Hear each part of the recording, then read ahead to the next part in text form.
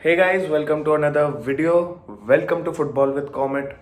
आज की ये वीडियो कुछ रूमर्स के बारे में, दो तीन रूमर्स के बारे में है जो जिस वजह से कुछ डील्स जो बहुत ज़्यादा क्लोज है उनके बारे में आपके पास मैं ये लेके आया हूँ वीडियो। तो शुरू करते हैं। सबसे पहला अपडेट जो मैं कहना चाहूँगा यार वो है कि रोनाल्डो, हमारे बड़े भैया, उनके बारे में कि होर्गे Mendes has offered Ronaldo to PSG, but PSG के साइड से ये रिस्पॉन्स है कि वो अभी रोनाल्डो को नहीं लेना चाहते हैं। अभी वो ऐसा सोचते हैं कि रोनाल्डो के लिए स्पेस नहीं है। बहुत सा जगह है, बहुत सा जगह है, बहुत सा जगह है, हाँ बहुत जगह है, अरे बहुत जगह है, नहीं जगह है, बोल रहे बहुत जगह है, अरे बहुत जगह है, नहीं जगह है। मेरे अगर इस पे ओपिनियन पूछो तो यार I don't think so Ronaldo is ever gonna join PSG. ठीक है, रोनाल्डो की ये कहीं ना कहीं थिंकिंग हो सकती है, या होर्गे मेंडेस की कहीं ना कहीं ये थिंकिंग हो सकती है कि अगर वो पीएसजी जो फ्रेंच लीग है उधर जाए, या फिर बायर्न टूवर्ड्स जर्मन लीग उधर जाए, ट्रॉफी जीतने के चांसेस ज़्यादा है, ट्रॉफी मिलने के चांसेस अच्छे खासे है, क्योंकि लीग तो वो जीतते ही रहते हैं। तो ये मेरे हिसाब से एक वो है क्राइटेरिया जिस पे नेक्स्ट मूव रोनाल्डो का देखा जा रहा है। बट कल मैच था यूनाइटेड वर्सेस लिवरपूल, जो यूनाइटेड 4-0 जीती। उससे पहले जो प्रेस कॉन्फ्रेंस हुई थी उसमें एरिक टेन हैग से पूछा गया था रोनाल्डो के बारे में, एंड एरिक टेन हैग ने साफ साफ कह दिया कि Ronaldo is a United player, Ronaldo is staying, Ronaldo उनके प्लान्स में है, वो रोनाल्डो को यूज करना चाहते हैं। They are planning the season ahead with Ronaldo in their squad. अभी भी Manchester United are denying those rumours about Ronaldo leaving Manchester United. देखेंगे यार, ये तो टाइम बताएगा, but in my opinion Ronaldo is still, I think, is staying. I still think कि ही is out because of serious family conditions, क्योंकि सबका ये कहना है। फेब्रिजो रोमानो का भी एक ट्वीट आया था जिसमें उन्होंने ये बोला था कि Ronaldo is still out because of family issues. All of them are thinking that he is out, and yes, he is out according to me also. तो एक बात तो ये हो गई कि Ronaldo is staying according to everyone. अब होर्गे मेंडेस और रोनाल्डो पे डिपेंड करता है कि वो कितना इस मूव को चाहते हैं, कितना ज़रूरी है उनके लिए मूव, कितना होर्गे Mendes is a super agent obviously. वो यही ट्राई करेंगे कि उनके एजेंट के लिए, उनके प्लेयर के लिए वो सबसे बढ़िया से बढ़िया एक ऑफर ला सके जिससे उनका बेटरमेंट गारंटीड हो, ऐसा मूव ला सके। तो ये तो टाइम ही बताएगा कि क्या होता है रोनाल्डो की सिचुएशन को लेके। अगला अपडेट जो कल आया था फब्रिजो रोमानो के द्वारा, again that was Raphinha here we go हो चुका है यार to Barcelona. Raphinha is going to Barcelona from Leeds on a 58 million euro transfer plus 10 million add ons, मतलब टोटल मिला के एक 68 मिलियन यूरोज का पैकेज है रफीनिया का टू बार्सिलोना। अब यार अगर मैं बात करूँ तो इस चीज़ में चेल्सी का बहुत बुरा कटा है। कैसा कटा है? क्योंकि चेल्सी आई गेस 70 या 72 मिलियन वो ऑफर कर रहे थे, जो बिड ऑन द टेबल थी लीड्स के पास। बट आई डोंट नो, ये जो सुपर एजेंट निकले इनके रफीनिया के, डेको ब्राजीलियन, लिए तो लेजेंड बन गए भाई बारसा के। उन्होंने पता नहीं कैसे कि भाई ये वाली डील नहीं, हमें तो बारसा जाना है, पैसा दबा दिया और कम पैसे वाली डील क्रैक हो गई।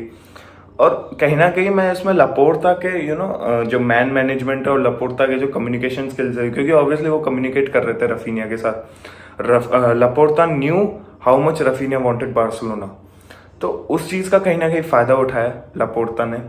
अब बात यह है कि यार क्रेडिट किसको जाना चाहिए? क्रेडिट ऑब्वियसली बार्सिलोना की ये जो मैनेजमेंट है उनको जाना चाहिए, क्योंकि उन्होंने अच्छा ट्रांसफ़र पुल किया है।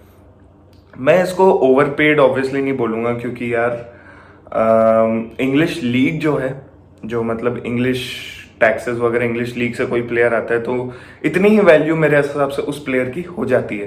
He is not overpaid according to आज के मतलब जैसे ट्रांसफर्स होते हैं, according to me he is not at all overpaid.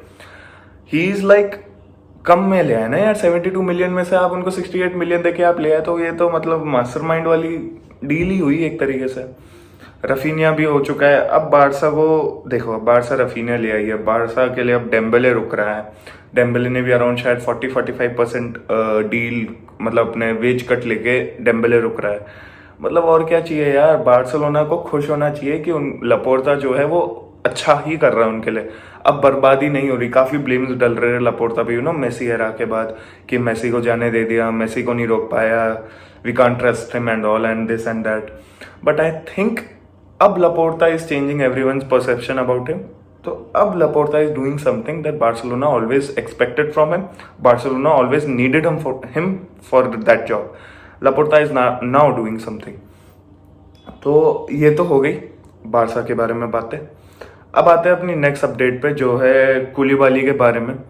कुलिबाली जो बार्सिलोना कुलिबाली को भी टारगेट कर रही थी, बट उन्होंने अब अपना जो कंसंट्रेशन है वो उन्होंने कुंडे की तरफ मूव कर लिया और एकदम वहां पे सेट है कुंडे की तरफ।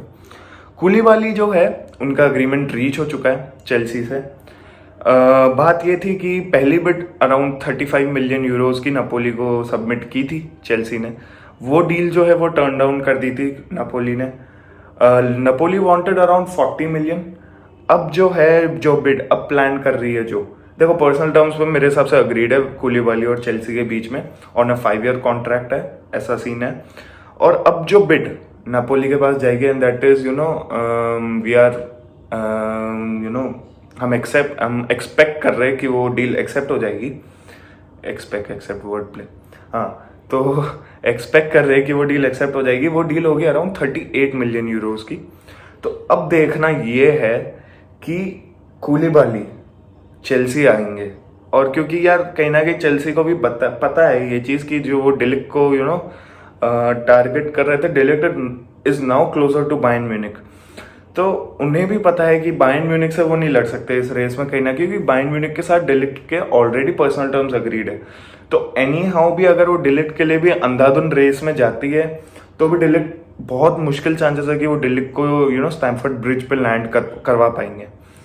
तो सही कर रही है मेरे हिसाब से Chelsea is doing everything right in their way to bring Koulibaly. और 5 साल का कॉन्ट्रैक्ट है, आई थिंक अराउंड 30-31 ईयर्स की एज है कुलिबाली की। He can still offer 3-4 good years according to me. अब देखना ये है कि नाथन आके कुलिबाली, ये 2 सेंटर बैक पेयरिंग डिसाइड कर रही है I guess Chelsea for the next season. ये 2 सेंटर बैक के pairs Chelsea is going for, and Sterling तो वो ले ही चुके हैं। तो अब देखने हैं कि क्या होगा, कैसा होगा। ये ट्रांसफर विंडो कहीं ना कहीं अब पेस पकड़ रही है चेल्सी। तो अब चेल्सी को लाइनअप थोड़ा मजबूत होता हमें दिख सकता है, क्योंकि लोग जहाँ कह रहे थे कि चेल्सी यार स्ट्रांग नहीं है, चेल्सी का भी थोड़ा वीक लाइनअप है। मैं आप लोगों को, मैंने शायद पता नहीं कौन सी वीडियो में बोला था, पर मैंने ये आप लोगों को बोला था कि एक बार चेल्सी को अपनी साइनिंग्स पूरी करने दो, they will be back as a strong team. तो वेट करना है बस उसी चीज का। चेल्सी फैंस के लिए भी मैं एक ही चीज करना चाहूंगा यार, कि अच्छे दिन आ रहे हैं, आप उसकी टेंशन ना ले। चैंपियंस लीग है आप लोगों के पास, तो होता है, कोई नहीं, ट्रांजिशन फेज में आती है टीम, वो उससे रिकवर कर जाएगी, I am damn sure about it. तो यार यही तक थी वीडियो आज की। आपको वीडियो पसंद आए तो प्लीज लाइक करें, शेयर करें यार वीडियो को, सब्सक्राइब भी करें चैनल को, और कमेंट में बताएं कि आप कौन से क्लब के फैन हैं और कौन से ट्रांसफर के लिए आप इनमें से सबसे ज्यादा एक्साइटेड है। रोनाल्डो टू PSG नहीं हो रहा है तो उसको हटा के, हाँ। तो मिलते हैं आपसे अगली वीडियो में, तब तक के लिए गुड बाय, टेक केयर।